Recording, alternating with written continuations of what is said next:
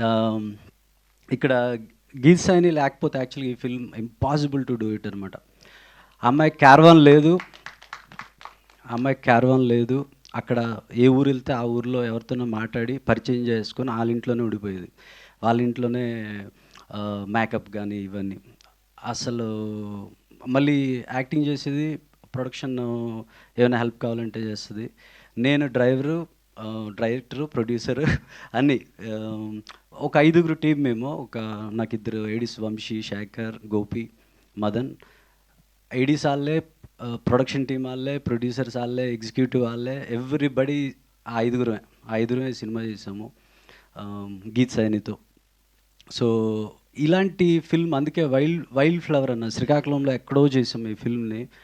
అలాంటి ఆ wild flower, ఆ న్యాచురల్ ఫిల్మ్‌ని జనాల ముందుకి తేవాలి అనంటే, అసలు నేను షూట్ చేస్తున్నప్పుడు కూడా చెప్పా కదా! నేను ఇది రిలీజ్ చేయలేను.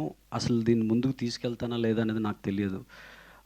ఇక్కడికొచ్చి ఫిల్మ్ అయిపోయిన తర్వాత, ఫిల్మ్ కంప్లీట్ అయిన తర్వాత ఒక 100, 150 మెంబర్స్ చూపించాను నేను నార్మల్ ఆడియన్స్‌కి. వాళ్ళ రియాక్షన్స్ చూసిన తర్వాత కొంత సాటిస్ఫాక్షన్, హ్యాపీ అనిపించింది. అమ్మ! వి అచీవ్డ్ సంథింగ్ అని. ఇప్పుడు ఇది ఎలా ముందుకు తీసుకెళ్ళాలి, ఏంటి అనంటే, మధుశాలిని మేడం గారు సినిమా చూసారు. ఆవిడకి ఎంత నచ్చింది అంటే, ఆవిడ బేసిక్‌గా ఇలాంటి ఫిల్మ్స్ టికెట్ కొని థియేటర్‌కెళ్ళడానికే కొద్దిగా భయపడే టైంలో డబ్బులు పెట్టి సినిమాని ముందుకు తీసుకెళ్ళడానికి వచ్చారావిడ. So, thank you madam. Ah, నేను చెప్పా గదా! దుర్గాదేవిని మొక్కుకొని నీదే భారం అన్నా. ఐ థింక్ ఆ బ్లెస్సింగ్స్‌తో షీ కేమ్ ఆన్ బోర్డ్.